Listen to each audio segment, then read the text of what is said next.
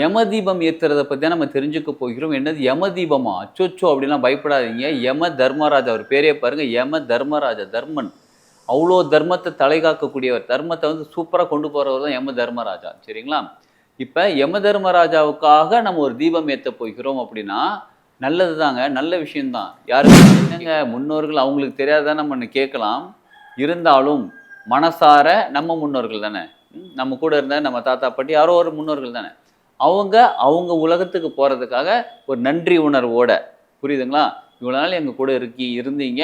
இனிமேலும் நீங்க எங்க கூட இருப்பீங்க. எங்க வாழ்க்கைய சுபிக்ஷமா பார்த்துப்பீங்க. சூப்பரா கொண்டு வருவீங்க. எங்களுக்கு எப்பயுமே பாதுகாப்பாக இருப்பீங்க. எங்களுக்கு நல்ல வழிகாட்டியாக இருக்கிறீங்க. இருந்தாலும் இப்ப நீங்க உங்க உலகத்துக்கு போகிறதுக்காக எங்க கூடவே இருக்கிறதுக்கு நன்றி. இருந்ததுக்கும் நன்றி. நீங்க பத்திரமா ஜாக்கிரதையா யார் சாபம் குடுத்துருக்காங்கன்னு தெரியாது. இருந்தாலும் மனசார மன்னிப்பு கேட்டுக்கோங்க. அது பெண் சாபமாக இருக்கட்டும், பித்ரு சாபம், முன்னோர்கள் சாபம் எதுவாகனாலும் இருக்கட்டுங்க. மனசார மன்னிப்பு கேட்டுட்டு உங்களுக்கான தீபம் ஏத்துறேன். ஒரு தீபம் ஏத்துனா போதும். சரிங்களா? உங்களுக்கான தீபம் ஏத்துறேன். உங்கள் வாழ்க்கை அதாவது அவங்களோட வாழ்க்கை. அவங்களோட வாழ்க்கை நல்லபடியா சிறப்பாக இருக்கட்டும். அதே மாரி எங்க வாழ்க்கையும் நல்லா ஃப்ரீயா இருக்கட்டும். நல்லபடியா வளரட்டும். நாங்களும் வாழ்றோம் அப்படின்னு சொல்லிட்டு அவங்க கிட்ட மனசார கேட்டுக்கும்போது நிச்சயமாக நமது வாழ்க்கை சூப்பரா சிறப்பாக மாறும். ஏத்துங்க. நிச்சயமாக உங்கள் வாழ்க்கை இதுக்கப்புறமா வீட்ல யாருக்காவது யம பயம், இல்ல மரண பயம் இருந்தாலும் அவங்களுக்கும் சரியாகும். அதை தவிர உங்க முன்னோர்களும் அவங்களும் சந்தோஷப்பட்டு உங்களுக்கு வாழ்த்துவாங்க. உங்க வாழ்க்கைக்கு கூடவே இருந்து துணை இருந்து உங்களை பாதுகாப்பா உங்களை வழி நடத்துவாங்க. வாழ்க வளமுடன். Healing hands education healing centre தங்களை அன்புடன் வரவேற்கிறது. யம தீபம் ஏத்துறத பத்தி தான் நம்ம தெரிஞ்சுக்க போகிறோம். என்னது யம தீபமா? அச்சச்சோ! அப்படிலாம் பயப்படாதீங்க. யம தர்மராஜா அவர் பேரே பாருங்க. யம தர்மராஜா தர்மன். அவ்வளோ தர்மத்தை தலைகாக்கக்கூடியவர். தர்மத்தை வந்து சூப்பரா கொண்டு போறவர் தான் யம தர்மராஜா. சரிங்களா? இப்ப யம தர்மராஜாவுக்காக நம்ம ஒரு தீபம் ஏத்த போகிறோம் அப்படின்னா, நல்லது தாங்க. நல்ல விஷயம் தான். யாருக்கெல்லாம் நல்லதுன்னு கேட்குறீங்களா? உடம்புல ரொம்ப நாளா வந்து முடியாம இருக்கிறவங்க வீட்ல, வயசானவங்க இருக்காங்க. யம பயத்தோட இருக்கிறவங்க, மரண பயத்தோட இருக்கிறவங்க. இது மட்டும் இல்லங்க. நம்ம முன்னோர்கள் இருக்காங்க பார்த்தீங்களா? மகாலய அமாவாசை போன மாசம் ஞாபகம் இருக்குங்களா? அந்த அமாவாசையிலிருந்து தீபாவளி வரையிலும் நமது முன்னோர்கள் நம்ம கூடவே இருப்பதாக ஐதீகம். அப்ப நம்ம முன்னோர்கள் நம்ம கூட இருக்காங்க பாருங்க. இவங்க அவங்க உலகத்துக்கு போகக்கூடிய நாள். திரியோதசி திதி அன்னைக்கு முன்னோர்கள் அவங்க இடத்துக்கு அவங்க கிளம்பி போகக்கூடிய நாள். இப்ப நம்ம அவங்க யமதீபம் ஏத்துறதுனால அவங்களுக்கு வெளிச்சம் காட்டி வழிகாட்டுவதாக ஒரு ஐதீகம். என்னங்க முன்னோர்கள் அவங்களுக்கு தெரியாதா நம்ம கேட்கலாம். இருந்தாலும் மனசார நம்ம முன்னோர்கள் தானே. நம்ம கூட இருந்த நம்ம தாத்தா, பாட்டி யாரோ ஒரு முன்னோர்கள் தானே. அவங்க அவங்க உலகத்துக்கு போறதுக்காக ஒரு நன்றி உணர்வோட, புரியுதுங்களா? இவ்வளோ நாள் எங்க கூட இருந்தீங்க. இனிமேலும் நீங்க எங்க கூட இருப்பீங்க. எங்க வாழ்க்கைய சுபிக்ஷமா பார்த்துப்பீங்க. சூப்பரா கொண்டு வருவீங்க. எங்களுக்கு எப்பயுமே பாதுகாப்பாக இருப்பீங்க. எங்களுக்கு நல்ல வழிகாட்டியாக இருக்கிறீங்க. இருந்தாலும் இப்ப நீங்க உங்க உலகத்துக்கு போகிறதுக்காக எங்க கூடவே இருக்கிறதுக்கு நன்றி. இருந்ததுக்கும் நன்றி. நீங்க பத்திரமா ஜாக்கிரதையா போயிட்டு வாங்க. அப்படின்னு நம்ம சாதாரணமா நம்ம மனநிலையில நம்ம நினைப்போம். அவங்களுக்கு தெரியாதுன்னு நினைப்போம். நம்ம உணர்வு நிலையிலேருந்து சொல்லும்போது அதோட எஃபெக்டே வேற மாதிரி. சரிங்களா? அதற்கு தான் தீபம் ஏற்ற போகிறோம். எந்த திசையை நோக்கி ஏற்ற வேண்டும் என்றால் தெற்கு திசையை நோக்கி ஏற்ற வேண்டும். இதற்குன்னு தனியா ஒரு விளக்கு வாங்கி வச்சுக்கோங்க. அகல் விளக்கு நல்லா பெருசாவே அகல் விளக்கு வாங்கிக்கோங்க. அகல் விளக்கு வாங்கி நல்லா வாஷ் பண்ணிடுங்க. க்ளீன் பண்ணிட்டு காய வச்சிருங்க. இன்னைக்கே செய்யுங்க. யம தீபம் என்னைக்கு ஏற்ற போறோம்? 18ஆம் தேதி நாளைக்கு ஏற்ற போறோம். எப்போ ஏற்றணும்? ஈவினிங் 6 மணிக்கு மேலே. புரியுதுங்களா?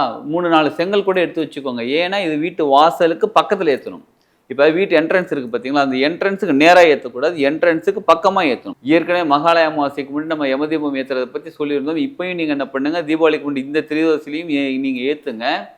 அப்படி ஏற்றி மனசார என்னோட முன்னோர்கள் கிட்ட, உங்கள் முன்னோர்கள் கிட்ட தான், என்னோட முன்னோர்களே நீங்கள் இவ்வளோ நாள் என் கூட இருந்ததுக்கு ரொம்ப நன்றி. எப்பயுமே எங்கள் கூடவே இருக்கீங்கன்னு மனசார அவங்கக்கிட்ட ப்ரே பண்ணிக்கோங்க. சரிங்களா? இந்த யமதீபம் ஏற்றுறதுக்கு முன்னாடி உங்கள் முன்னோர்களுக்கு ஏதாவது பிடிச்ச விஷயங்கள், ஸ்வீட்டு, பழங்கள், ஏதாவது உங்களுக்கு தெரிஞ்ச விஷயங்கள், சரிங்களா? ஏதாவது இருந்தால் உங்களுக்கு படையல் மாதிரி கொஞ்சமாக வைங்க. படையெல்லாம் நீங்கள் தலைவாழை இலை போட்டு அப்படிலாம் கூட வேணாங்க. ஸ்வீட் வைங்க, பழம் வைங்க, இல்லை உங்களுக்கு பிடிச்ச சமையல் நீங்களே ஏதாவது செஞ்சு கேசரி வைங்க, பொங்கல் வைங்க, ஏதோ ஒன்று. இப்போ மனசார அவங்கள வச்சுட்டு நீங்கள் உள்ள இருந்ததுக்கு நன்றின்னு சொல்லும்போது முன்னோர்களோட வாழ்த்து தாங்க நமக்கு ரொம்ப முக்கியம். 2 விஷயம் நம்ம வாழ்க்கையில் முன்னேறணும்னா, புரியுதுங்களா? 1, குலதெய்வத்தோட அருள் துணை இருக்கணும். 2வது முன்னோர்களோட அருள் துணை இருக்கணும். குலதெய்வத்துக்கு வேற கான்செப்ட், அது நம்ம அப்புறமா சொல்லிக்கலாம். இப்போ முன்னோர்கள் நம்ம கூட இருந்து நம்ம வழிகாட்டும் போது நம்ம வாழ்க்கை சீக்கிரமாக முன்னேற ஆரம்பிக்கும். அதுதான் முன்னோர்கள். சரிங்களா? அதே மாதிரி ரொம்ப முக்கியமான இன்னொரு விஷயம், சிலருக்கு முன்னோர்கள் சாபம் இருக்கு, பித்ரு சாபம் இருக்கு, பெண் சாபம் இருக்கு அப்படின்னு சொல்றாங்க பார்த்தீங்களா? அந்த சாபமும் நீங்கும் இந்த நாள் அன்னைக்கு. உங்க ஜாதகத்திலேயோ இல்லை ஹீலர் இருக்காங்க பாருங்க, சில சூட்சமத்தை பார்க்கக்கூடிய ஹீலர்ஸ், அவங்க கிட்ட கேட்டாலும் சொல்லுவாங்க, ஆமாங்க உங்களுக்கு சாபம் இருக்குங்க, அதுக்கு பரிகாரம் பண்ண சொல்லியிருப்பாங்க. நீங்களும் நிறைய பரிகாரம் பண்ணியிருப்பீங்க. இருந்தாலும் பரிகாரம் பண்ண பிறகு வேற ஒரு இடத்துல போய் கேட்டால் உங்களுக்கு சாபம் இருக்கு, இன்னும் நிவர்த்தி ஆகலன்னு சொல்லுவாங்க. இந்த யம தீபம் ஏத்துங்க. அதுவும் சப்போஸ் ஏதாவது சாபம் இருக்குன்னு நீங்க ஃபீல் பண்ணீங்கன்னா, யாராவது சொல்லியிருந்தா அவங்க கிட்ட மன்னிப்பு கேட்டுக்கோங்க.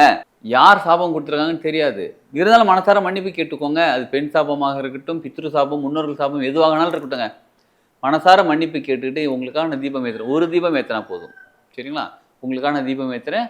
உங்கள் வாழ்க்கை, அதாவது அவங்களோட வாழ்க்கை நல்லபடியாக சிறப்பாக இருக்கட்டும். அதே மாதிரி எங்கள் வாழ்க்கையும் நல்லா ஃப்ரீயாக இருக்கட்டும், நல்லபடியாக வளரட்டும், நாங்களும் வாழ்கிறோம் அப்படின்னு சொல்லிட்டு அவங்ககிட்ட மனசார கேட்டுக்கும்போது நிச்சயமாக நமது வாழ்க்கை சூப்பராக சிறப்பாக மாற ஆரம்பிச்சிடும், சரிங்களா? திரும்ப சொல்கிறேங்க, ஒரு பெரிய அகல் விளக்கு நல்லெண்ணெய் தான் ஊற்றணும். நல்லெண்ணெய் அதில் முடிஞ்சால் 2 எள்ளு கூட போட்டுக்கோங்க, கொஞ்சோண்டு எள்ளு கூட போட்டுக்கோங்க. எள்ளு போட்டு தர்பை புல் இருக்குது பாருங்கள், ஒரு சின்ன பீஸ் தர்பை புல் கட் பண்ணி அந்த விளக்குலேயே போட்டுக்கோங்க. தர்பை புல் போட்டுட்டு திரி வச்சு தெற்கு நோக்கி விளக்கேற்றணும். ஏன் செங்கல் சொன்னு ஞாபகம் கேட்குறீங்களா? 2 பக்கம் 3 பக்கம் செங்கல் வச்சு நடுவில் விளக்கேதுங்க. ஏன்னா காற்று அடிக்குதுங்களா, காற்று அடிக்கும்போது அணையிறதுக்கான வாய்ப்புகள் இருக்குது. அதனால் உள்ளுக்குள்ளே வச்சு ஏற்றுங்க. அதுக்கு தான் செங்கல் சொன்னது. இதை ஏற்றுங்க. நிச்சயமாக உங்கள் வாழ்க்கை இதுக்கப்புறமா வீட்டில் யாருக்காவது யம பயம் இல்லை மரண பயம் இருந்தாலும் அவங்களுக்கும் சரியாகும். அதை தவிர உங்கள் முன்னோர்களும் அவங்களும் சந்தோஷப்பட்டு உங்களுக்கு வாழ்த்துவாங்க. உங்கள் வாழ்க்கைக்கு கூடவே இருந்து துணை இருந்து உங்களை பாதுகாப்பாக உங்களுக்கு வழி நடத்துவாங்க. நம்ம வாழ்க்கை சிறப்பாக மாற ஆரம்பிச்சிடும். இந்த யமதீபம் சின்ன விஷயம்தான், ஆனால் வாழ்க்கையில் பெரிய மாற்றத்தை ஏற்படுத்தக்கூடியதாக மாறும். இந்த நாளை பயன்படுத்திப்போம், இந்த விஷயத்தை செய்வோம், யமதீபம் ஏற்றுவோம், நம்ம வாழ்க்கையில் முன்னேறுவோம். வாழ்க வளமுடன்.